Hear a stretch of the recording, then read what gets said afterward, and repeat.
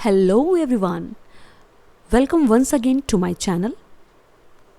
In this tutorial today we are going to study about use of since and for. आप सभी को ये पता होगा टेंस होते हैं तीन यानी प्रेजेंट पास्ट और फ्यूचर, और इन तीनों टेंसेस की जो फोर्थ कैटेगरी होती है यानी परफेक्ट कॉन्टिन्यूस टेंस, उसमें हम सिंस और फॉर का यूज़ करते हैं। आइए जानते हैं किस प्रकार हम सेंटेंसेस में सही तरीके से सिंस और फॉर का यूज़ करेंगे। आइए सबसे पहले समझते हैं कि सिंस का यूज़ कहाँ पर किया जाता है। जी हाँ, सिंस का यूज़ पॉइंट ऑफ टाइम के लिए किया जाता है किसी भी सेंटेंस में। पॉइंट ऑफ टाइम का मतलब होता है समय का एक निश्चित बिंदु जहाँ पर हम किसी एग्जैक्ट या डेफिनेट टाइम की बात करते हैं। तो आइए एग्जैक्ट और डेफिनेट टाइम के इस कॉन्सेप्ट को हम एग्जाम्पल से समझते हैं, जैसे 3 o'clock, 10 o'clock, 12 o'clock, 1 o'clock etc.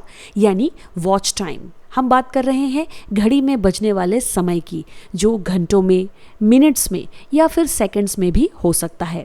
तो इसे हम कहेंगे पॉइंट ऑफ टाइम, जिसके लिए हम सिंस का यूज़ करेंगे। इसके अलावा मंडे टू सैटरडे, इन डेज़ के नेम्स भी आपके पॉइंट ऑफ टाइम में ही इंक्लूड किए जाएंगे। मॉर्निंग, इवनिंग, नाइट, इसे भी हम पॉइंट ऑफ टाइम ही कहेंगे।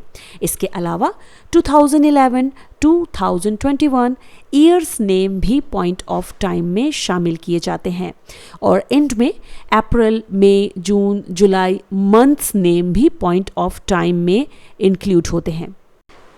आइए देखते हैं एग्जाम्पल्स में किस प्रकार हम सिंस का यूज़ करेंगे। सेंटेंस देखिए, the children have been playing in the park since 3 o'clock, यानी बच्चे 3 बजे से पार्क में खेल रहे हैं। इस सेंटेंस में हमने सिंस का यूज़ किया है क्योंकि हमारे पास है घड़ी में बजने वाला एग्जैक्ट टाइम, जो कि है 3 o'clock, जो समय के निश्चित बिंदु की ओर इशारा कर रहा है। आइए देखते हैं अगला sentence, it has been raining since morning, यानी सुबह से बारिश हो रही है।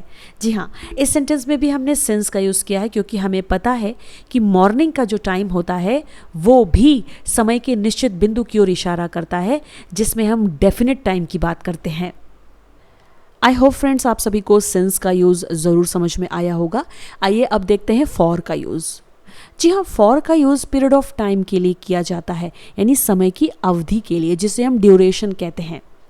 पीरियड ऑफ टाइम में हम ऐसे समय की बात करते हैं जिसमें समय का बिंदु नहीं आता है, जैसे 2 hours, 8 days, 4 months, 10 years etc.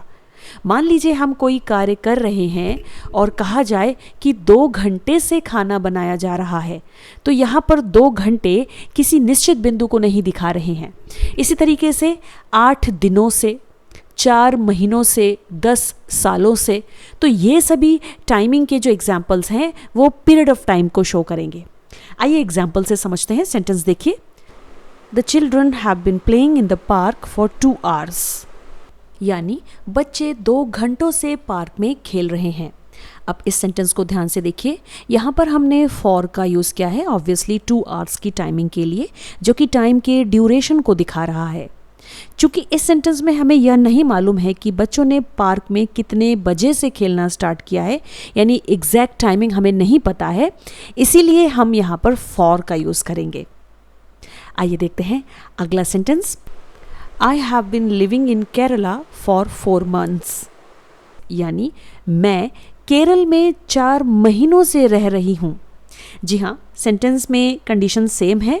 यहाँ पर भी हमने फॉर का यूज़ किया है 4 months की टाइमिंग के लिए, जो कि टाइम के ड्यूरेशन को बता रहा है, लेकिन हमें यहाँ पर एग्जैक्ट टाइमिंग नहीं मालूम है, यानी हमें यह नहीं पता है कि किस मंथ से मैंने वहाँ पर रहना स्टार्ट किया है।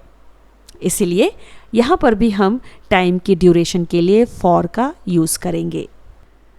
इस प्रकार लास्ट में हम कह सकते हैं कि यदि किसी सेंटेंस में हम समय के निश्चित बिंदु की बात कर रहे हैं, यानी टाइम के एग्जैक्ट पॉइंट की, तो वहाँ पर हम सिंस का यूज़ करेंगे, और यदि हम समय की अवधि की बात कर रहे हैं, यानी टाइम के ड्यूरेशन की, तो वहाँ पर फॉर का यूज़ किया जाएगा। आशा करती हूँ दोस्तों आप सभी को यह वीडियो ज़रूर समझ में आया होगा। मिलते हैं अगले वीडियो में, तब तक के लिए thanks for watching the video. Take care and bye bye.